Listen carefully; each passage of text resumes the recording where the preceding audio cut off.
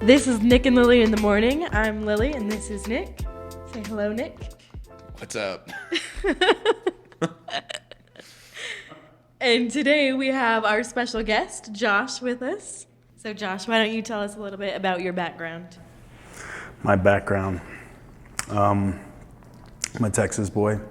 I've been living in Colorado for 10 years and I do feel like this is my home, but I grew up running around, hunting, fishing. I might look like a successful business person or entrepreneur, but I pretty much lived like a redneck for most of my life. So how did you go from a redneck to wanting to make a name for yourself? It's a good question. I went to trade school. Trade school was the transition. Yeah, you should convince more people to do that. I plan to. Yeah. Why do you think that you went to a trade school versus a regular university or something? It could have been that people were telling me not to. Even where I went to high school, which was Burnett High School, a population, 7,500 at the time, a little farm and ranch community northwest of Austin. Even in that little area, I was the president of our FFA chapter, and our school had a farm, and we had a wood shop and a metal shop, and you kind of get the picture. Even in that school environment, my school counselors still were trying to convince me not to go to welding school and not to waste my time going to an associate's program or certificate program. They were selling me on university. And yeah, in addition to that, I had plenty of educated adults in my life that were trying to talk me out of going to welding school, unfortunately. And I don't know, like any good teenage redneck kid, you just do the opposite of whatever Everyone else tells you to. Pretty much. Straight up. Yeah, the push for university is huge in America. Yeah, they actually told me that I was a little too smart to go to trade school. Yeah, they told me I'd be a failure if I didn't go to college. Which makes zero sense. I actually wanted to go straight from high school to join Local 798, which is a pipeliners union based out of Oklahoma. Okay. And I am glad that I didn't do that looking back, but trade school almost was like a compromise because I probably was ready to just get right to work. I, at the time, thought being a pipeline welder or rig welder was like the pinnacle of what I could. Yeah, pretty much. Yeah. You were like, man, I just want to get I know. weld. Yeah, you have the truck and you have the freedom and you got all your tools. And you got it all and you were like, I'm ready to go. I know. And then what, you got bored? Well, that's a good question. It's a really hard life to do that, actually, when you're doing it. But the oil field does pay the highest wages of probably any industry that someone can get into without a degree or, formal education. I know that I made $6,000 a week as an employee for a pipeline company as a rig welder, which is some serious money. Now, it is really hard to work every week of the year. A lot of times those are contracts that, it may be like a 6-month job or something like that. But if you could really imagine doing that day in and day out for 5 years, you probably would average $250,000 a year. And so to do that without any formal education, and if you had the skills at 18 and you could jump into doing that, it's not a bad way to kick off your career, even if you don't do it for a very long time. For sure. It's a risky job. You only get 3 strikes, meaning 3 bad welds. And you're out. And then the gas company will fire you and they have to fire you. So when you're making hundreds, if not thousands of welds, in the course of a couple of weeks, to think that, you only have three mistakes and then you're out, that's pretty risky. You went to an online university, didn't you? Yeah, I started out in person and then I went into online. Which is the smartest way to do university if you're going to do it. And I think you were working at the time, full time. I was, yes. Yeah, so that's pretty different than what I think of. What I think of as the college experience is not that. That's the right way to do college. I think of the person that graduates high school and they've been touring campuses, which means that they've been touring manicured landscapes of these beautiful buildings and being sold on a sorority or fraternity, and they can't wait for the football game and all this stuff, and they're emotional about living in this dorm where their parents went to school, which is all cool, and those emotions are legit, and I hope that experience pays off for you. But then they get there and it's just it's a really expensive way to find your way in life, and I'm just suggesting that there is an alternate. I don't think that college is inherently bad. What qualities do you see in Josh that make him a mentor to you? For the personal way that I receive encouragement, he's very encouraging. He doesn't bash on me too often. Too often. Most of the time, he's very encouraging, which helps me a lot, motivates me. The whole world is going to give you dirt and smack, and you should have thick skin. You need to be thick-skinned. Don't get me wrong, but your mentor is something different. It's the exception, and the person should probably tell you you can do this. You lead by example. You're everything I aspire to be one day, in some way. Thanks. It's definitely what a mentor should be. I'd like to hear from Lili on her entrepreneurial journey. I started working right when I got to college, just as a part-time person cleaning trucks, selling boxes at U-Haul. Right. And I was going to school at the time also, and I didn't really ever envision myself as like an entrepreneur. Okay. But when I had the opportunity, it kind of just fell in my lap and it felt right. Okay. And you're a hustler. I do hustle. For everyone Yeah. watching or hearing this podcast, Lili makes the gears of the whole thing work. Like, I would definitely be lost in a cave somewhere in Africa. Well, thanks, Nick. I appreciate that. Yeah. I like to pride myself on being one of the hardest workers in the room. You can tell Lili to take care of something, and it's done. You don't have to think about it ever again. Most of the time when you tell Lili to do something, what she says is, I did that like 3 days ago. Yeah. It's already done. What are you Yeah. talking about? Being able to delegate is one of the best skills, I would argue, as an entrepreneur. Because at the end of the day, there is way too much to do that people don't see. There's a lot of thought process that goes in, a lot of stress. You're trying to appease so many different people at once, be everywhere on time. You got to keep track of 80 different things, have the time to write them down if you're lucky. It gets chaotic. What do you think the hardest part about being an entrepreneur is for you? Probably that is my brain I will write down a list, and then I will make a list in my head, and it might be the same list, but I'm still going to go over that list like 80 different times in a day. And then there are a bunch of little hiccups and bricks and things thrown in the mix, and you have to try and keep track of those while you're at it. And if you miss anything, forget anything, it's like you got to get on top of it, and there's just so much going on. Yeah. And on the grounds of I don't want to let any of my clients down, my mentor down, my partner down, any of my trades down, I have to go through that list hundreds of times in a day. Now, I will say that the three things I think, one of the biggest things that contributes to the three people in this room, my mentor, Josh Patterson, and Lili Dirksen, is health and fitness and diet. I would argue that all three of us are really on top of that. My diet is definitely superb. All three of us train consistently throughout the week in a gym or some kind of cardio. Your diet changed recently, didn't Yeah, it? I don't do cardio. I did up the carb count. I was not eating. I was probably eating 50 grams of carbs a day. Now I'm eating like, Which is basically nothing. yeah, I'm eating like 350. Makes you feel like you're on something.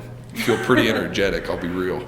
But I would say that extremely contributes to the mental health of this room. I really do wonder how this organization would be going if we weren't all three on the same page on that. I think it contributes in a really big way.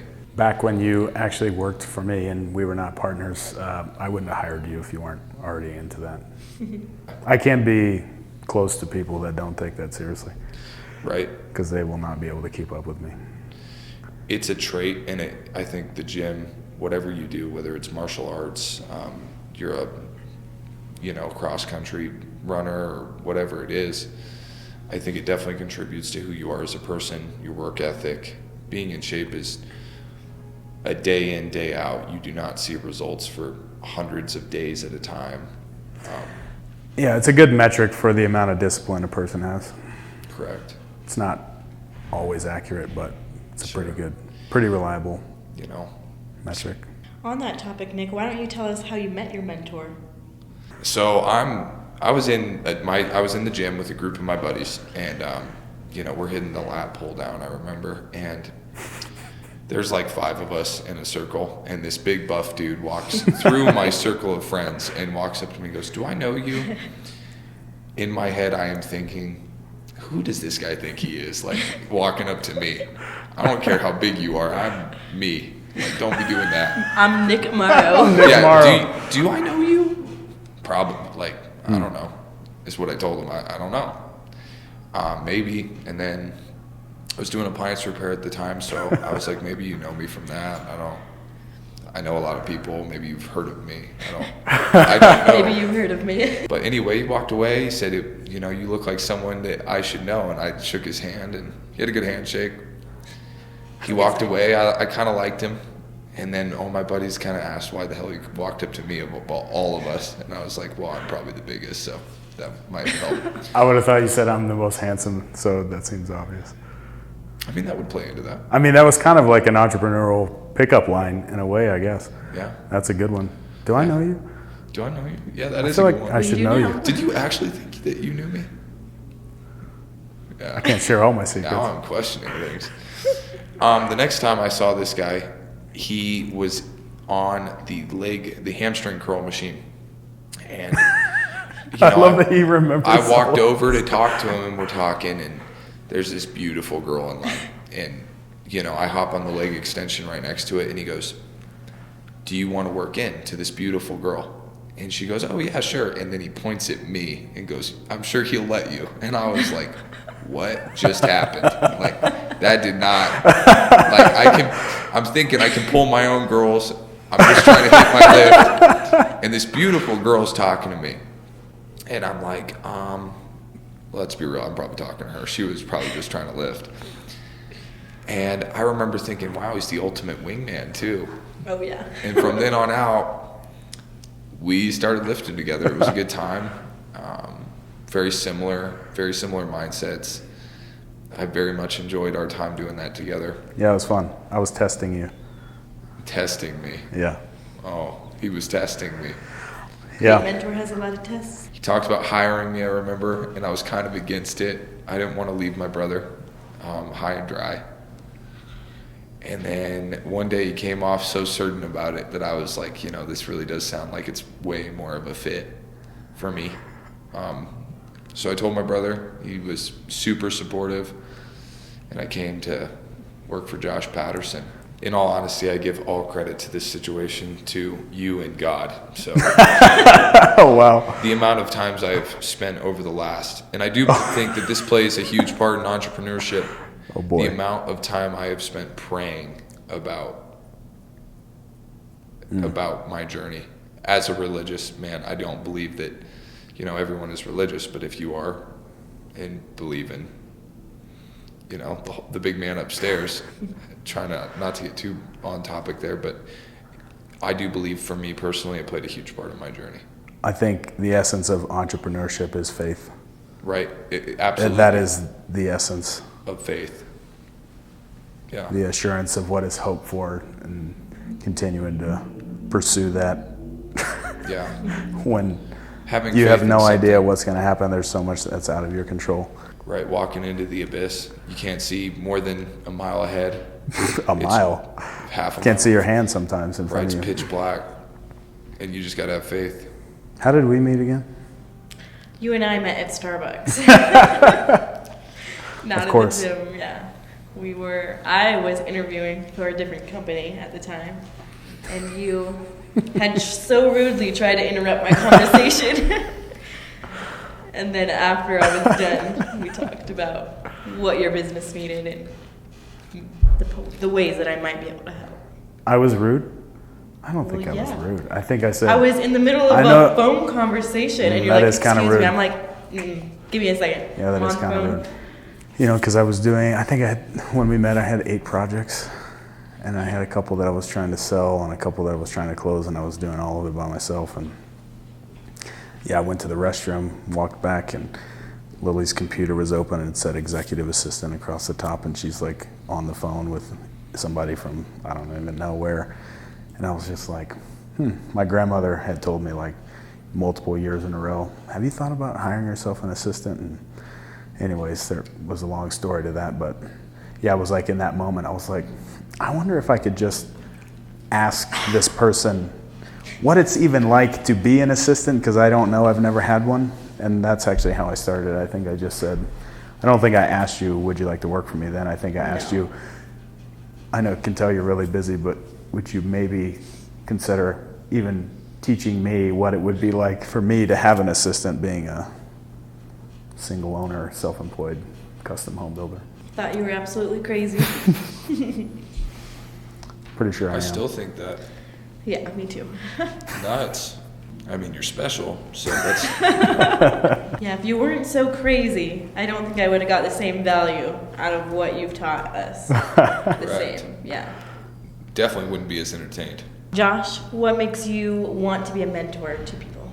I think that I have a lot to offer, and I recognized when I was running my business that I had built it in such a way that required me to be at the front and to be the face of the company, and that limited me because you only have so much time. And I saw an opportunity to hand that over and delegate, like Nick said. Yeah. And so doing that, stepping back into a more supportive role, really opened me up to scaling the vision that I have and the skills that I have and the experience that I've gained, and I can offer it to more people, more businesses, and that's what I'm looking forward to the most. So Absolutely. You think you can do that better now that you're a little bit more behind the scenes? way better now. That's great. People need mentors in the world. I've had some exceptional mentors in my life. Exceptional, the best. Yeah. Good people find each other. So with all of that, what do you think is your next step? Good question. I think of it more like next 10 steps, but I've been participating with the local government and policy around land development code for a while now. I am very curious about the future of residential growth in our area in Colorado Springs. So I have a few different ideas about how to participate with that, in addition to going further with the two of you building custom homes across Colorado. So I think I might be participating a little bit more with maybe some multifamily projects in the future, and just really wanting to participate in the conversation around how do we bring an answer to the housing crisis that we have in the country. Those are the immediate next steps. It's not really the next steps, but it's the next direction for sure. Well, thank you everybody for joining us, and thank you Josh for coming on and talking with us today, and we will see you guys next time with Nick and Lili in the morning.